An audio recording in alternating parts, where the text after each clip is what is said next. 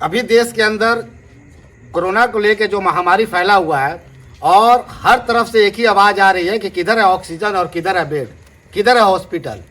तराई तराई का आलम है। और इससे पहले भी देश के अंदर कई महामारी आई, लेकिन जो हालात इस वक्त पैदा हुए हैं ऐसे बदतर हालात इस देश के अंदर क्या इस दुनिया में कभी नहीं हुआ। आज हर आदमी परेशान है कि और कहीं ना कहीं हर आदमी के अंदर डर है कि कब मौत जो है हमें अपने आगोश में ले। हालात के बारे में ये सोशल मीडिया पे काफ़ी कुछ लिखते भी हैं, तो सबसे पहले इन्हीं से जानते हैं कि सर जो अभी देश की मौजूदा स्थिति है, लोग परेशान हैं, आखिर इन सब का जिम्मेदार कौन है? देखिए, अभी जो है हम ये नहीं कहेंगे कि जिम्मेदारी किसी पे थोप सकते हैं। हालात अभी ऐसी है कि कुछ दिन पहले अभी एनडीटीवी पे टेलीकास्ट हो रहा था, तो जो मेदांता ग्रुप के हॉस्पिटल के नरेश तिरान है उनसे ये सवाल किया गया था कि इसके जिम्मेदार किसको ठहराया जाए। दरअसल ये कोरोना जो आया, इसके लिए कोरोना का जिम्मेदारी लोगों ने एक दूसरे पे जी भर के पिछले साल जो कर चुका है आपने देखा होगा। जी। या फिर वो तबलीगी जमात को हो या इस साल आपने देखा हो कुंभ के मेले में जो भी हुआ कुछ, तो उस समय भी हमने जिम्मेदार ठहराया था। आज फिर हम अगर वही जो कहानी है रिपीट करते हैं दोबारा, इसका जिम्मेदार फिर हम है कि हम गलती दोबारा वही रिपीट करेंगे। तो हालात ये है कि अभी हम किसी पे जिम्मेदारी नहीं थोप सकते, क्योंकि ये बीमारी किसी को ये नहीं है कि कोई धर्म देखकर किसी को पकड़ रहा है या किसी, आज जो शमशान का हाल है वही हाल कब्रिस्तान का है। हाँ, तो अब ये है कि हमें इससे लड़ना कैसे, इस पे ज़्यादा ध्यान देना होगा। तो अभी जो मौजूदा स्थिति है, पहले तो लोगों की अभी मेरी जैसे लोगों का अभी भी वही कुछ लोगों का रवैया जो है कोरोना को लेकर अभी कुछ बदलाव दिखा है, लेकिन इससे पहले की जो एपिसोड हुआ लास्ट ईयर से वो काफ़ी अंतर दिखा। जैसे अभी मैं दिल्ली में अभी परसों आया बस, तो ये चीज़ अब मैं सुन के मुझे लगा मुझे प्रोटेक्शन है। सर आपको थोड़ा सा रोकना चाहिए। हाँ। गुलफराज भाई, हमारे गुलफराज भाई की तरफ थोड़ा दिखाइए।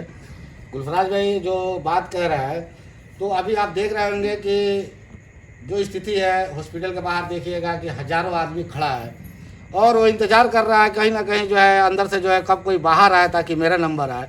आप इस स्थिति को कैसे देखते हैं? देखिए, सबसे पहले मैं तो मुल्क की हालात और आवाम की हालात को देखते हुए मैं ज़्यादा सरकार को जिम्मेदार नहीं ठहरा रहा। सबसे ज़्यादा जो है कि गलती हमारे अंदर इसलिए है कि हमने इस हिंदुस्तान के अंदर तमाम राज्य के अंदर मैंने ये इस बात पे तहकीकात किया, तो मुझे देखने को मिला कि सभी राज्य में हालात सामान्य है। केवल कर्नाटका के अंदर वहाँ स्थिति अभी भी बहुत सही है अन्य राज्य के मुकाबले। इसका वजह यह है कि वहाँ कर्नाटका के अंदर जो अपना प्रतिनिधि का चुनाव किए हैं, कहीं ना कहीं वो शिक्षित प्रतिनिधि है, पढ़े लिखे हैं, और वहाँ के आवाम भी जो है, जो वहाँ के मतदाता है, वोटर है, वो भी पढ़े लिखे हैं। इसके अकॉर्डिंग उन्होंने जो भी प्रत्याशी को चुनकर अगर हुकूमत में लाया तो उन्होंने देखा कि हमारे समाज हित में अच्छा काम करेगा।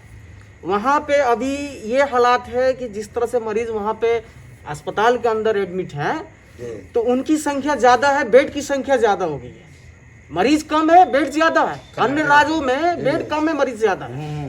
तो ये सबसे बड़ी जिम्मेदारी ये है कि जब हम किसी को चुनते हैं, सत्ते में लाते हैं, उसके अंदर हुकूमत की पूरी जो पावर, उसकी ताकत दी जाती है, तो सबसे पहले ये सोचना चाहिए कि वो आदमी कैसा है, वो समाज के लिए क्या करेगा, वह हमारे लिए क्या करेगा, इस मुल्क के लिए क्या करेगा, हमारे राज्य के लिए क्या करेगा। तो ये सबसे ज़्यादा गलती हम में दिख रही है।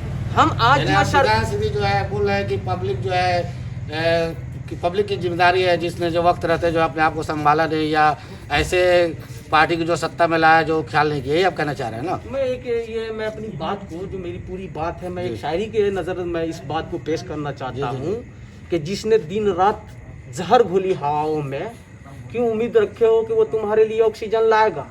अरे शमशान और कब्रिस्तान का लड़ाई करने वाला क्या खाक अस्पताल बनाएगा? याद रखना मियाँ, जिंदों को तो मैं कुछ नहीं कहता हूँ, ये मुर्दों से भी वोट डलवाएगा। सर तो असद भाई, आप ये सीधा सीधी जो है ये कह रहे हैं कि जो है पब्लिक जो है सही आदमी को इलेक्ट नहीं करती है, जिसका खमियाजा आज भुगतना पड़ रहा है। तो कहीं ना कहीं जो विपक्ष में पार्टियां हैं, जो चुनाव के वक्त में जो है महागठबंधन की बात करती है और सबको जोड़ने की बात करती है, और आज जो वक्त है इसमें अभी जो वक्त है गठबंधन अब होना चाहिए ताकि जो ये लड़ाई है इस लड़ाई से जो है जीता जा सके और कोरोना को जो है हराया जा सके। तो विपक्ष सीधा सीधी जो है पल्ला झाड़ते हुए सीधा इल्जाम जो है मोदी सरकार पर लगा दे रही थी, इससे तो काम चलने वाला नहीं है। तो आप इस चीज़ को कैसे देखते हैं? विपक्ष का रोल अभी क्या होना चाहिए? देखिए, इस महामारी में विपक्ष कोई राजनीतिक रोल के लिए हम बात नहीं कर रहे कि आप कोई राजनीतिक रोल कीजिए। आपने विपक्ष में ये काम होता है कि सरकार जब जनता की बात नहीं सुनती है तो विपक्ष सरकार को मजबूर करता है, चाहे वो संसद के थ्रू हो या कहीं भी, कि आप जनता के जो जनता जनार्दन आपको चुन के भेजा है, हमें अगर नहीं चुना है तो आप जनता की बात को सुनिए। लेकिन अब यहाँ पे ये बात है कि जो सरकार है, जो सरकार की जो प्रायोरिटी काम था उसने किया या नहीं, ये एक सबसे पहला जो बड़ा सवाल है जो लोगों ने पूछना शुरू किया इस सरकार से। क्या ऑक्सीजन की लोग क्यों मर रहे हैं, पहला चीज़ ये सवाल होना चाहिए, क्यों मर रहे हैं? कारण ये है कि ये अचानक से कल परसों नहीं आया, 2 दिन में नहीं आया, ये 1 साल हो गया, पूरे लॉन्ग गैप का आगे भी हैं, अपनी रोजगार नौकरी छोड़कर सब लोगों ने पलायन भी किया था, ये हमने देखा था। अब इसके पलायन जड़ तो सर अभी भी लोग कर रहे हैं। हाँ कर रहे हैं अभी, जी। लेकिन ये पलायन आज से नहीं हो रहा है, पिछले 1 साल से हो रहा है, सरकार देख भी रही है इस चीज़ को। लेकिन अब यहाँ पे है कि सरकार ने जो लास्ट ईयर से जो ये चीज़ें देख रही, क्या उस पर खरा उतरी है कि हम इसको आए सेकेंड वेव तो कैसे टैकल करें। अब यहाँ पे ये देखा जा रहा है कि जो मैक्सिमम डेथ केस हो रहे हैं या तो फिर वो इस रीज़न से हो रहे हैं कि ऑक्सीजन नहीं है, बेड्स नहीं मिल रहे हैं लोगों को, यानी इसका मतलब कहीं ना कहीं जो है वो पूरी तरह से अभी भी चौपट हो चुका है। पहले था ही, लेकिन ये कोरोना ने आकर बता चुका है भारत के लोगों को कि आपकी जो हेल्थ सेक्टर है वो बिल्कुल के बिल्कुल रद्दी है।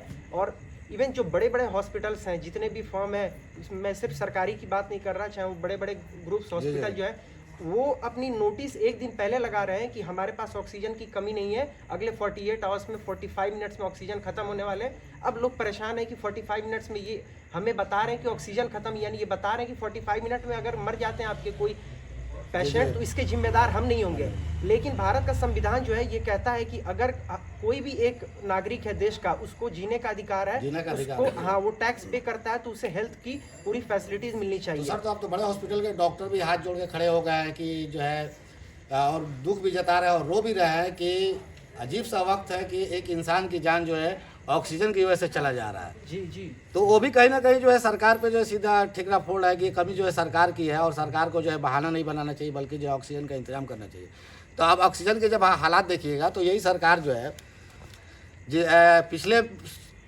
पिछले सालों से जो है इस साल कुछ ज़्यादा ही ऑक्सीजन जो है दूसरे देशों में जो है ये सरकार ऑक्सीजन सप्लाई किया है, जबकि देश में ज़रूरत ऑक्सीजन की है, लेकिन ये सरकार जो है वाहवाही में जो है दूसरे देशों को जो है ऑक्सीजन सप्लाई किया और खूब जो है टी पे जो है इसका जो है ये भी बिटोरा। अब देश में कमी है तो अभी दूसरे देश जो है, दूसरे मुल्क जो है इस देश को जो ऑक्सीजन देने के लिए हाथ बढ़ाए हैं। तो आप इस चीज़ को कैसा देखते हैं? देखिए, इसमें कोई ये है कि जो भारत जो है शुरू से इंपोर्ट एक्सपोर्ट करता रहा है, जब भी वैक्सीनेशन की कमी हुई है मदद किया है, नेपाल में हो चाहिए, तो ये स्टेट जो बड़े बड़े हैं या फिर जो अलग देश है, वो कहीं भी ऐसी तबाही आती है तो एक दूसरे को सपोर्ट करते हैं। लेकिन मैं डायरेक्ट पर्सनली ये नहीं कहूँगा कि जो नरेंद्र मोदी हैं इनमें थोड़ा सा इस टाइप की बिहेवियर है कि ये वाहवाही बिल्कुल लूटने में एक कसर नहीं छोड़ते हैं। चाहे वो एक रोड भी बने ना, कोई और सेक्टर बनाए तो वहाँ जाकर फीता काट के आते हैं ताकि उनको क्रेडिट मिल जाए कि रोड उन्होंने बनाया। इसमें कोई दो राय नहीं है कि हाँ बिल्कुल वो वाहवाही के चक्कर में अपने लोगों को ध्यान न देकर दूसरे कंट्री को ध्यान दिया, और ताकि उनसे इन जो डायस्पोरा है, फॉरेन डायस्पोरा से इन्होंने गेन किया अपना रिपुटेशन।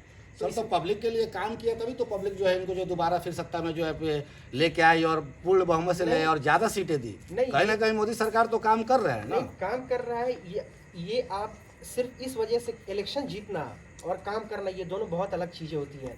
क्योंकि देख लीजिए, अगर आप सिर्फ ये सोच रहे हैं कि हेल्थ सेक्टर पे, एजुकेशन सेक्टर पे काम करके कोई सरकार बनी है, तो क्या ये इससे पहले जो सरकारें बनी है अब ये चर्चा होगा कि क्या वो काम नहीं करती थी? तो कैसे 45 साल 70 साल तक राज किया उन्होंने?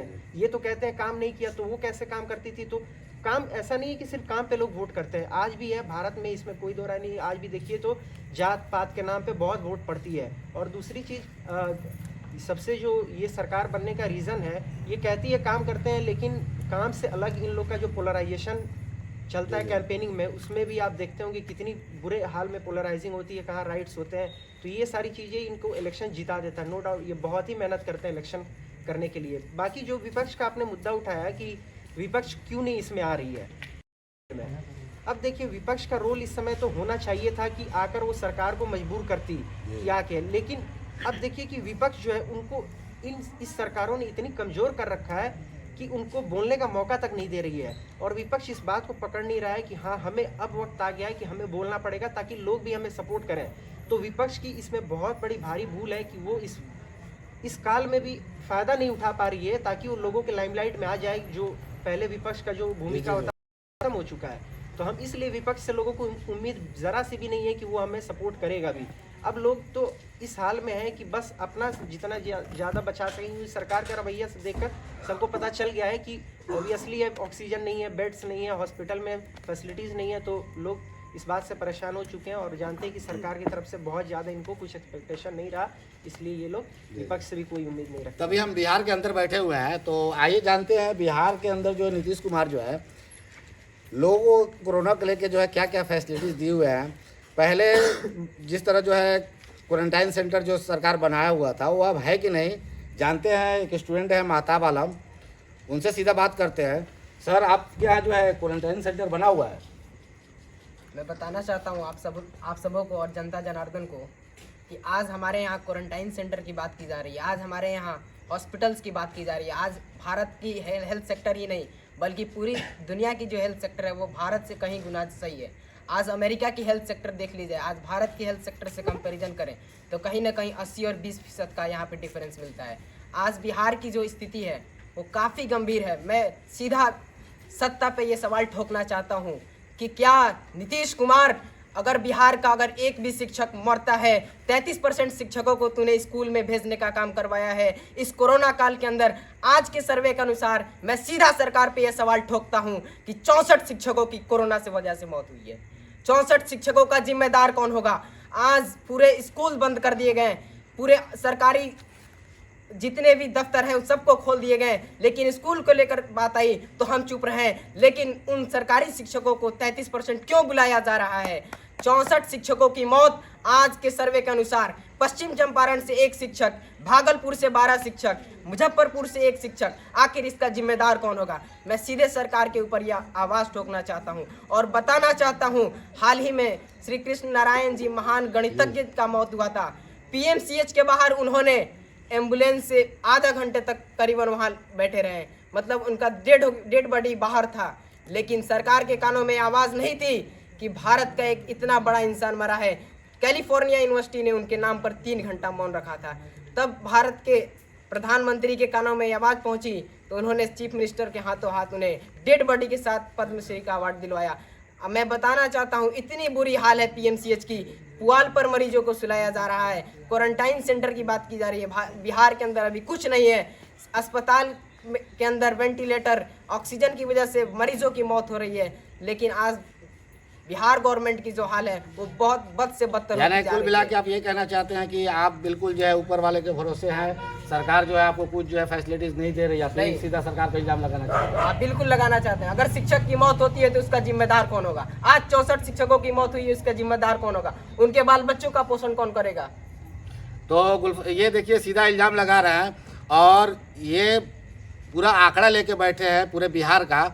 और जो बातें इन्होंने बताई, यकीन के साथ कह सकता हूँ शायद ही किसी को पता होगा, यहाँ तक कि अधिकारी सबको भी पता नहीं होगा, या किसी बड़े पॉलिटिशियन को भी पता नहीं होगा कि जो है बिहार के अंदर ये स्थिति है। तो सही बात है, अगर आपको आंकड़ा पता हो तो आप जाके बात करेंगे, अपनी आवाज़ उठाएंगे। हवा में बात करने से कोई फ़ायदा नहीं होता है। तो गुलफराज भाई, आप ये बताइए, ये सीधा जो है इल्ज़ाम लगा रहे हैं कि जो है सरकार जो है टीचरों को जो है स्कूल में भेज के जो है उनको जो है उनको कोरोना हो रहा है, उनका जो है कोई देखभाल नहीं हो रहा है। तो आप इस चीज़ को किस नज़र से देख रहे हैं? सबसे पहले तो महताब भाई ने बहुत अच्छी बात कहा। जी। सवाल ये है कि जब विद्यालय के अंदर किसी तरह की शिक्षा दी नहीं जा रही है तो वहाँ पे शिक्षकों को क्यों रखा जा रहा है? या तो उनको जो है पूरी तरह से जो है घर पर बैठने के लिए वो छोड़ देना चाहिए। बिल्कुल उनकी जो है ना, जो भी आवाज़ उठाया, उन्होंने जो भी दोषी करार दिया, मैं पूरी सहमत हूँ उनके साथ कि उन्होंने सही बात कहा, सही आवाज़ उठाया और सच बात है ये। वहाँ पे जब शिक्षा दी नहीं जा रही है तो किस वजह से? कोई तो होगा, कुछ तो होगा। उनके वहाँ जाने से अगर समाज हित में कोई फ़ायदा दिख रहा है या छात्र हित में कोई फ़ायदा दिख रहा है तो फिर उनको जो है कि ऑन ड्यूटी रखे। यदि अगर नहीं है तो फिर उनको ड्यूटी से हटाया जाए। अगर आप उनसे ड्यूटी ही लेना चाहते हैं तो दूसरे सेक्टर में उनको लगाइए। दूसरा चीज़ ये भी रहना चाहिए कि हमारे पास फैसिलिटी क्या है, हम अपने कर्मचारियों को फैसिलिटी क्या दे रहे हैं। उनको जो है कि किसी तरह का अगर कोई गंभीर समस्या या इस महामारी के चपेट में आ रहे हैं तो उससे बचने के लिए, उससे जो हिफाजत के लिए हम क्या मुहैया कराएं, ये सबसे बड़ी ख्याल होना चाहिए। और उन्होंने एक बात कहा कि पिछले साल क्वारंटाइन सेंटर यहाँ पे बनाया गया था, ये बात बिल्कुल सही है कि जैसे ही पिछली बार जब जो है कि 23 मार्च के आसपास में कोरोना काल का जो महामारी भारत के अंदर दिखा, उसी टाइम जो है कि केंद्र और राज्य सरकार ने पंचायत स्तर पर सैनिटाइजर और मास्क और साबुन का वितरण उसमें भी तो सर बहुत घोटाला हो गया था ना, सारे वार्ड और मुखिया जो उसमें पैसा खा रहे थे। क्वारंटाइन सेंटर भी बताया गया, तो घोटाले जो है निगरानी की कमी है। बिहार सरकार जो है वो कहाँ बैठी हुई थी, वो निगरानी टीम को क्यों नहीं आदेश दिया? आप जांच पड़ताल करें। मैं रोकना चाहूंगा आपको, आप देखे होंगे कि क्वारंटाइन सेंटर में जितने भी आदमी थे वो ऐसा लग रहा था जैसे वो नहीं कहते बिहार में कहावत है भेड़िया धसान, आदमी के ऊपर आदमी ना, जो जिसकी जिम्मेदारी थी वहाँ आदमी को खाना पहुँचाने का, नाश्ता पहुँचाने का या उनका नहाने का जो है बंदोबस्त करने का, ये सब तो कुछ इंतजाम था नहीं, सिर्फ एक नाम का क्वारंटाइन सेंटर था। तो आप क्या देख रहे हैं, पब्लिक को तो आवाज़ उठाना चाहिए ना। फिर हमारा जो है कि मेडिकल कॉलेज बेतिया इतना बड़ा अस्पताल है, मेडिकल कॉलेज भी है, वहाँ पे जो रात्रि में जो वहाँ पेशेंट रहते हैं उनको जो खाना दिया जाता है, वो खाना बनाने वाला भी एक टेंडर टाइप का है, और जो है चारों तरफ गंदगी फैला रहता है, वहीं पे वो खाना बनता है और फिर उसी तरीके से जो है वितरण किया जाता है। यानी कि खाना बनने से लेकर खाना वितरण करते समय पूरी गंदगी बनी रहती है वहाँ पे। तो मैं पीएमसी वो बेतिया मेडिकल कॉलेज की बात कर रहा था। हम तो देहात क्षेत्र में है, पंचायती राज जो है एक देहात क्षेत्र होता है, तो आप ये जान सकते हैं कि जब उतने बड़े जहाँ संस्था है वहाँ पे जो है किसी तरह का साफ सुथरा और सफाई का ध्यान नहीं है, तो ये गांव देहात में जो है ये क्वारंटाइन सेंटर का जो मामला है। मैं आपको रोकना चाहूँगा वाहिद भाई, आप देख रहे होंगे कि अभी जो ऑक्सीजन को लेके या बेड को लेके या किसी भी तरह के जो है या इंजेक्शन को लेके जो काला बाजारी चल रहा है, हर जो है जिसके पास ये सामान मौजूद है वो चाह रहा है कि जो है इसी के नाम पे जो हम लूट के जो है पूरा जो है बैंक बैलेंस बना ले, करोड़पति बन जाए। आप इस कालाबाजारी को कैसे देखते हैं? देखिए, इसमें सबसे पहले देखा जाए तो ये सिस्टम फेलियर है एक तरह से, क्योंकि बहुत पहले कोरोना आज नहीं आई है, ये महामारी 2019 में के दिसंबर में शुरू हुई और उस समय शुरू हुई तो इंडिया में काफ़ी फैली। करीब मार्च 2020 में इसकी रफ्तार बहुत अच्छी खासी बढ़ गई थी। तो सिस्टम को इसके बारे में सोचना चाहिए था, इसके लिए तैयार रहना चाहिए था कि अगर फिर से इस कोरोना का सेकेंड वेव या थर्ड वेव आता है तो हम उससे कैसे लड़ेंगे। लेकिन सरकार जो है इसको नज़रअंदाज करते हुए इसके बजाय जो है कैसी सरकार बनी रहे, मतलब कैसे वो पावर सत्ता में बने रहे, उनका पूरा ध्यान उधर था, बल्कि इस कोरोना के लिए खास किया नहीं। 2020 के अक्टूबर तक 91 ऑक्सीजन प्लांट्स लगने थे पूरे इंडिया में, जिसमें अभी तक सिर्फ 37 ऑक्सीजन प्लांट्स लगे। यहाँ तक कि बहुत से सरकारी अस्पतालों में ये हाल है कि वहाँ ऑक्सीजन प्लांट काम नहीं कर रहे थे, जिसकी वजह से जो है अभी जब ऑक्सीजन की कमी हो गई तो फिर उनको देखने लगे। जी मैं उसी मुद्दे पे आ रहा हूँ। तो बात यह है कि सरकार तो लाचार हो गई, सरकार जो है कुछ नहीं कर पाई, जिससे जितने भी प्राइवेट जगहों पे ऑक्सीजन की फैक्ट्रियाँ थी वो जो है उनको मौका मिल गया पैसा कमाने का, उन्हें सरकार की लाचारी नज़र आने लगी। तो क्योंकि वही बात है कि वो देखे कि यही मौका है और उन्हें तो इससे कोई, जब सरकार को ही कोई फ़र्क नहीं पड़ता है तो फिर हमें क्या, इसलिए इसकी कालाबाजारी शुरू हो गई है। और एक मिनट रुकूंगा आपको, महताब साहब, आपको ऐसा नहीं लगता कि कहीं ना कहीं जो है पब्लिक की जो है सीधी जिम्मेदारी है, गलती है उनकी, ये लोग जो है कुछ ध्यान नहीं रखते, मार्केट में निकल जाते हैं, ना मास्क पहनते हैं, ना अपने आप को सैनिटाइजर करते हैं, कहीं भी ये लोग जो है चलते हैं, तो गलती तो पब्लिक की भी है ना। सीधा सरकार पे ठिकरा फोड़ देना है कि सरकार जिम्मेदार है, तो ऐसा तो नहीं है। मैं आप सबों को बता देना चाहता हूँ, आपके कहने के मतलब आज पूरी जनता आवाम जो है वो तड़प रही है ऑक्सीजन के चलते, लेकिन आज बाज़ारों में देखा जा रहा है पिछले साल की कंपैरिजन आज 70% जो भारत के लोग थे पहले वो मास्क नहीं पहनते थे, लेकिन आज हम बाज़ारों के अंदर निकल रहे हैं तो 80 से 90% के अंदर लोग मास्क के अंदर रह रहे हैं, और जो नहीं रह रहे हैं मैं उनको ये सतर्क कर देना चाहता हूँ, इसमें सरकार की कमी नहीं है, हम ही लोगों की कमी है। लेकिन सरकार की ये कमी है कि अगर इंसान को कोरोना हो जाता है, अगर ज़्यादा तादाद में लोग मास्क पहनते हैं, अगर सरकार के खिलाफ अगर ये बात उठाते हैं कि कोरोना हो जा रहा है, तो मैं सरकार के खिलाफ ये नहीं रखना चाहता हूँ।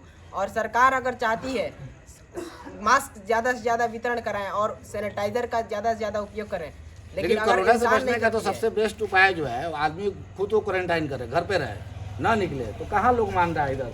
आप भी किसी मार्केट में जाइए, लोग जो ऐसे ही भीड़ लगाया हुआ है। अभी जितने भी लोग दिख रहे हैं सभी मास्क के अंदर दिख रहे हैं। हमारे ही गांव के अंदर देखा जाए बहुत से लोग पहले मास्क नहीं लगाया करते थे, लेकिन कोरोना जब ही से विकराल रूप ले रखा है तभी से लोग मास्क पहन रहे हैं। इसमें सरकार की ये सबसे बड़ी गलती है कि वो जितने भी अस्पताल खोले हुए हैं बिहार के अंदर या भारत के अंदर, वो एक भी अस्पताल सही अब नहीं चलते है। थोड़ा इफ्तिखार भाई के पास। सर, आप सरकार से क्या चाहते हैं? सर, अभी आपने सवाल किया महताब आलम से जी, जी। कि कोरोना में मतलब सबसे ज़्यादा जिम्मेदार जनता भी हो सकती है कि नहीं है, आपने सवाल जी जी जी, मेरा सवाल है क्योंकि मैं देख रहा हूँ तो कि मैं लोग- आपसे पूछना चाहता हूँ कि देखिए अभी आज के माहौल में ये जो कहावत है कि अंधी नगरी चौपट जी राजा, जी जी, ये एकदम बराबर सेट हाँ करता ये है। तो कहावत है। दूसरी है कि भैंस के आगे बीन बजाए भैंस जाए पहुराए। तो अभी क्या है कि सरकार थोपती है विपक्ष पे, विपक्ष थोप रही है सरकार पे। जी जी दूसरी मीडिया है तो मीडिया आज अपना काम छोड़ करके जातिवाद में घुस गई है जी जी जी है ना। अभी जनता क्या है कि पूरा भयभीत है, पूरा डरा हुआ है। जी जी। अभी जनता को कोई मतलब के गाइडलाइन नहीं दिख रहा है कि वो क्या करे, वो क्या करे? कोरोना से लड़े या पेट से लड़े। जी जी, अगर भूख से लड़ता है तो कोरोना से मरता है, कोरोना से लड़ता है तो भूख से मरता है। जी जी तो आज अगर हम मार्केट में ना निकले, आज हम अपने कारोबार को बंद करके घर में क्वारंटाइन हो जाएं, तो आप बताइए कि हमारे बच्चों को, हमारे परिवार को कौन देखेगा, कैसे उनको 2 रोटी मिलेगी। ये भी एक बहुत बड़ा समस्या, सवाल बहुत है बड़ा समस्या है। सरकार से। आदमी पेट चलाने के लिए कुछ ना कुछ तो उसको करना बिल्कुल, पड़ेगा, मार्केट बिल्कुल, में आना बिल्कुल। पड़ेगा। आप बिल्कुल। इस बात से इनकार नहीं करते हैं। अच्छा, अब दूसरी चीज़ है कि हम लोग मतलब कि अभी तो हम लोग व्यक्तिगत कोई हॉस्पिटल में या कोई ऐसी जगह पे हम लोग गए नहीं, जायज़ा वायदा नहीं लिए, चुके हम लोग खुद ही डरे हुए हैं जी। कि जाएंगे तो पता ना कि हम भी कोरोना लेकर के आ जाएं, अपने परिवार को दे दें। तो इतना हम लोग डरे हुए हैं कि हम लोग करें क्या। करे क्या? हमारे सब साथ कोई ना डरा हुआ सरकार है। है, जी, ना हमारे साथ प्रशासन है, ना हमारे साथ मीडिया है। जी जी, तो अब हमारे सामने 2 सवाल है कि हम कोरोना से लड़ें या पेट से पेट लड़ें। से लड़े। अब इसका जवाब कौन देगा? कौन इसका जवाब कोई नहीं देने वाला है। तो वही तो आप ये बताइए कि अभी आप सरकार से क्या चाह रहे हैं? सवाल मेरा देखिए, ये था। सरकार से हम लोग तो बहुत कुछ चाह रहे हैं, लेकिन सरकार से मिलने कहाँ जा रहा है कुछ। आज तो पब्लिक वैसे ही मर रही है, रोड पे मर रही है, हॉस्पिटल में मर रही है, बाजारों में मर रही है, घरों में मर रही है। तो पहला ऐसा कोई चीज़ बताइए, सरकार का पहला कदम जो है जनता के लिए क्या होना चाहिए? जनता के लिए मतलब कि यह है कि उसका जो वैक्सीन आया है वो दे, इसका मास्क वगैरह चाहे जो भी है बेहतर तरीक़ा से, जैसे कि हॉस्पिटल में ऑक्सीजन की कमी है, ऑक्सीजन पहुंचाए। असद साहब, आप ये बताइए कि कहीं ना कहीं जो है सरकार या पार्टियां जो है वो जिम्मा झाड़ने की कोशिश कर रही है, अपने पल्ले से जो है गेंद हटाने की कोशिश कर रही है। केंद्र सरकार को देखिएगा तो वो बोल रहा है कि राज्य सरकार, जब बात राज्य सरकार पे आ रही है तो वो जो है डीएम को ट्रांसफ़र कर दे रहा है, जब बात डीएम पे आ रही है तो जो है थाना प्रभारी को। इस तरह वो आते आते जो है मुखिया और वार्ड पे आ जा रहा है। तो ऐसे काम चलने वाला है क्या? नहीं, देखिए अभी आप हर कोई कहे कि जिम्मेदारी से बच सकता है कि नहीं ये नहीं। इनका काम है, उनका काम है। जैसे केंद्र सरकार बोलेगी कि सारा से जो है जिम्मेदारी जो है राज्य सरकार की है, और राज्य सरकार बोल रहा है कि सारी जिम्मेदारी जो जिला कलेक्टर है उनकी जिम्मेदारी बनती है। नहीं, देखिए जो हेल्थ सेक्टर है, एजुकेशन सेक्टर है, ऐसे जितने भी सेक्टर्स हैं ये बांटे गए कि कौन सी सरकार, राज्य सरकार को किस में काम करना चाहिए।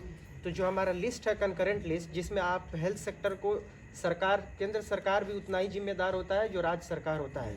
हाँ, अब यहाँ पे है कि सबसे बड़ी बात मॉनिटरिंग की, कि क्या मॉनिटरिंग हो रहा है, क्या जो केसेस आ रहे हैं उसकी मॉनिटरिंग या नहीं। तो मॉनिटरिंग तो है कि बिल्कुल सेंटर लेवल पे ही होनी है, वो सारे के सारे स्टेट को ट्रांसफ़र होने हैं। लेकिन अब आप ये जो कह रहे हैं कि सरकार पल्ला झाड़ रही है, सरकार पल्ला झाड़ के भी क्या कर लेगी। यहाँ तो पूरी तरह सबको पता हो चुका है कि हाँ सरकार नंगी हो चुकी है। हमारे इस सेक्टर जो हेल्थ सेक्टर है, जिसे भी पता है वो सबको पता है कि रियलिटी की बेड्स नहीं है, वेंटिलेटर्स नहीं है, ये तो रियल हॉस्पिटल है, में इसमें प्रॉब्लम कोई- जी, जी, है। जी। तो पल्ला झाड़ने से तो कोई अब बात बनेगी नहीं, क्योंकि जब वक्त था तब आपने किया नहीं, अब दोबारा जो वेब आया इसमें आप पल्ला झाड़ के भी कर क्या लेंगे। लेकिन अभी जो हालात है उससे सरकार से बस हम यही कहना चाहेंगे कि अभी भी वक्त बहुत कुछ बर्बाद नहीं हुआ है, जितना होना था हो गया है। हमें अब सब मिलकर, किसी को बिना किसी पे इल्ज़ाम थोपे कि हाँ हम जिम्मेदार हैं, बिल्कुल ये बीमारी जो है एक दूसरे के ही आसपास आने से फैली है। ऐसा तो नहीं है कि सरकार ने कोरोना बांटा है, बांटा, या जी, ऐसा नहीं है हमने भी जानबूझकर कहीं कोरोना बांटा है, जाने अनजाने में हुई है, जो भी हुई है जिससे भी।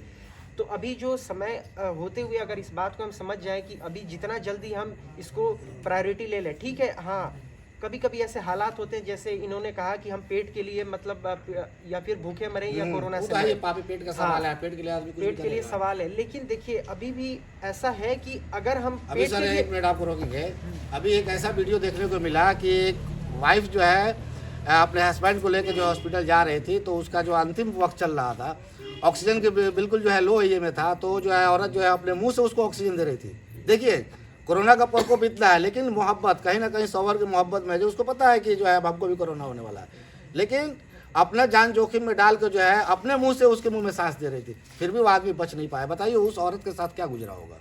नहीं, ये तो एक ट्रॉमेटिक है, ये फेज जो हम दिल दहला देने वाला सर हाँ, घटना है। ऐसा नहीं है, ये और भी लोग हैं जो ट्रॉमेटिक हो चुके हैं, चाहे वो शमशान कब्रिस्तान की जो चीज़ें दिख रही है उनको, या जो केसेस देख रहे हैं कि लोग कब्रिस्तान में जिनके बहुत जानने वाले थे वो करीबी आसपास अपने रिश्तेदार नहीं ले रहे, या बाप बेटे की कब्र पे नहीं जा रहा है। ऐसे हालात भी मिले हैं, शायद हमारे तरफ नहीं मिले हो, लेकिन बहुत सारे केसेज हाँ, ये यहाँ मिला दिखा है। है।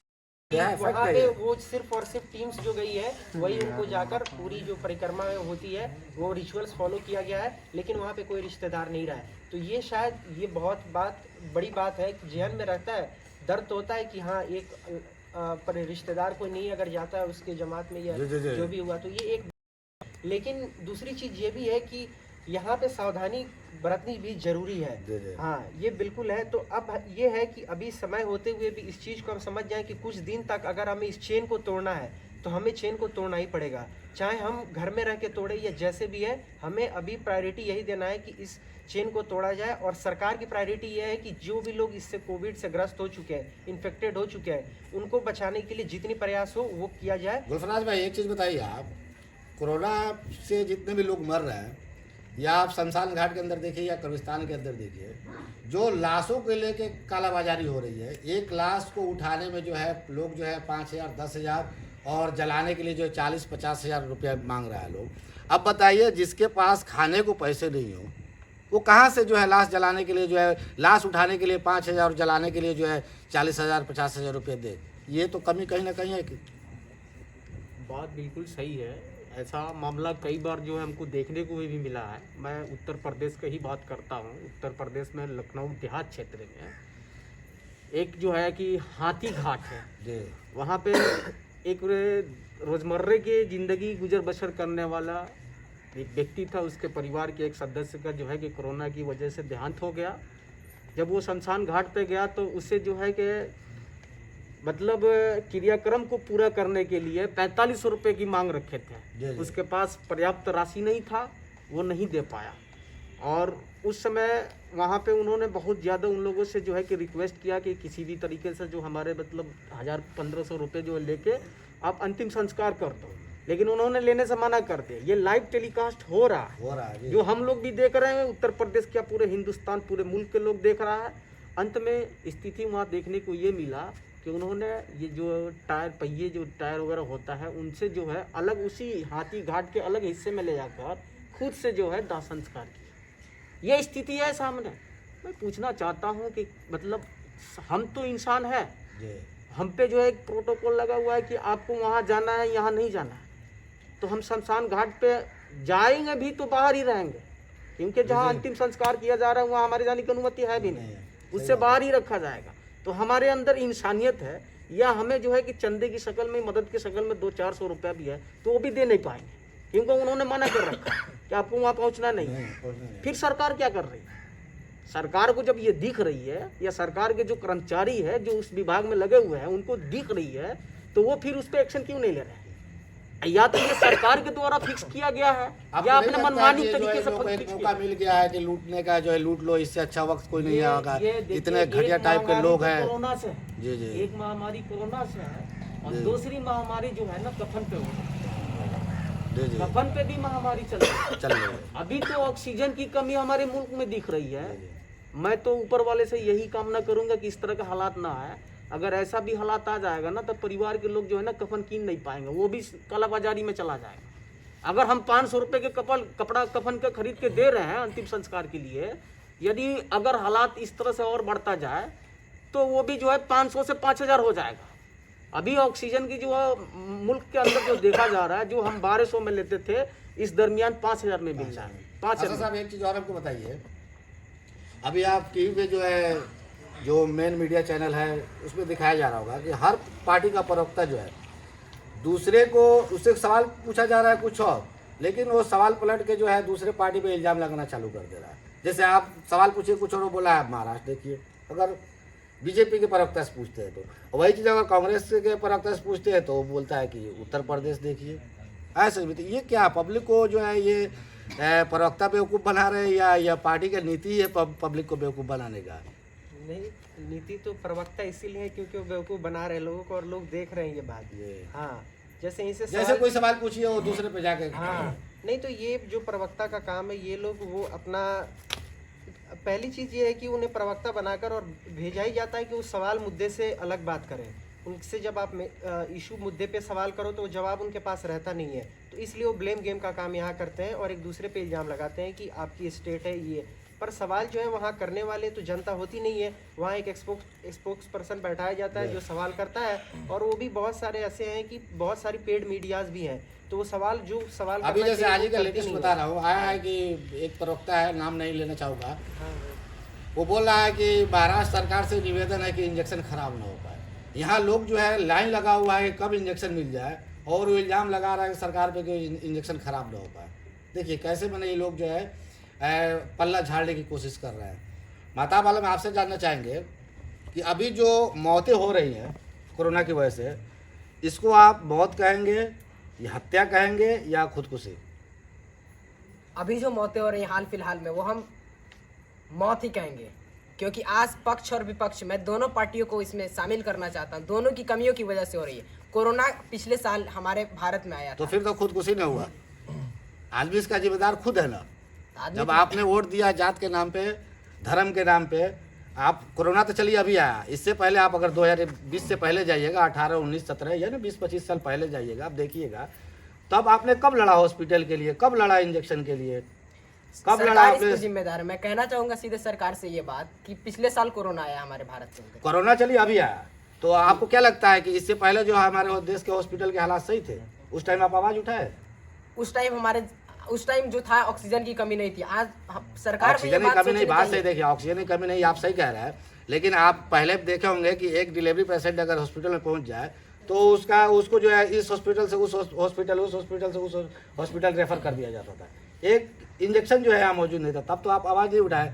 अब जो आपके ऊपर आफत पड़ी है तो आप सीधा जिम्मेवारी जो है सरकार पे जो थोप रहे हैं। सरकार पे इसलिए थोप रहे हैं क्योंकि सरकार ही पूरी जिम्मेदार है। क्योंकि जब कोरोना का एंट्री हुआ था, मेरी बात पहले मतलब हाँ ठीक है, बोलिए आप। कोरोना जब एंट्री किया था, सरकार को ये बात सोचना चाहिए था, अगर कोरोना विकराल रूप लेता है तो इसके लिए हमारे पास क्या है। आज जो हेल्थ सेक्टर है इंडिया की, वही देख लिया जाए। अगर सरकार के पास इतनी ऑक्सीजन की क्षमता नहीं थी, वो जानता था कि मेरा आबादी अब चाइना से भी ज़्यादा होने वाला है, तो सरकार को ऑक्सीजन सिलेंडर की पहले व्यवस्था कर लेना चाहिए था। सरकार तो आज देश को पूरा कर्ज में ले जा रहा है। अगर आज वेंटिलेटर की, आज हॉस्पिटल्स की, आज ऑक्सीजन सिलेंडर की पहले से निर्माण करा दिया होता तो आज भारत की हाल नहीं होती। मतलब देश का कोई नागरिक चिल्लाता हुआ रोडों पे, फुटपाथ पे नहीं मरता।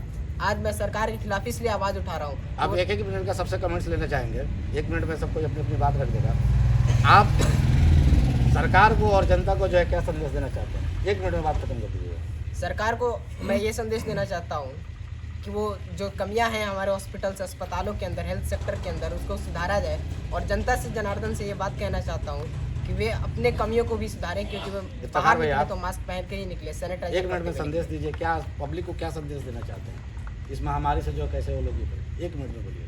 देखिए, पब्लिक को संदेश ये देना चाहते हैं कि पब्लिक कभी भी मतलब के डेवलपमेंट या प्रोग्रेस पे कभी भी वोट नहीं की है। ये आज के बाद अब अगली सरकार के लिए वो होशियार हो जाए और वो अपने डेवलपमेंट और प्रोग्रेस देख करके ही किसी को वोट दे। आप अभी जो कोरोना का केस है, इस पे तो अभी हमें सब मिलकर लड़ना है, क्योंकि ऐसे हालात कभी पिछली बार में पैदा हुए नहीं है। तो हमारी प्रायोरिटी अभी यही रहेगी कि हम सरकार से इस बात को मांग किया जाए कि जो भी हेल्थ सेक्टर में जितनी भी कमी आ रही है, उससे चाहे दूसरे कंट्री से लेने में बिल्कुल शर्मिंदा ना हो और वो इस काम को करे, ताकि लोग जो है इस बीमारी से ऊपर आप आए सर? और लोग काम करें। अभी मौजूदा हालात में मैं यही कहूँगा कि आरोप प्रत्यारोप का सिलसिला नहीं होना चाहिए। आवाम अच्छा रहेगा तो आने वाले वक्त में भी सरकार अच्छा आ जाएगा। अगर सरकार आवाम के लिए अच्छा करता है तो आवाम फिर सरकार को दोबारा सत्ता में ला सकता है। इसी को देखते हुए आरोप प्रत्यारोप का सिलसिला खत्म करें, संयम और समझदारी का काम करें। आप सर कुछ कहना चाहेंगे? हाँ, पब्लिक के लिए यही मैं मैसेज देना चाहूँगा कि हमें तो दिख चुका है सरकार की फेलियर, वो तो सामने आ चुका है। पब्लिक खुद जिम्मेदार बने और इस महामारी से लड़ने में एक दूसरे की मदद करे और इस जिम्मेदारी के साथ सब एक साथ मिलजुल करके इससे बचे रहें और लड़ें।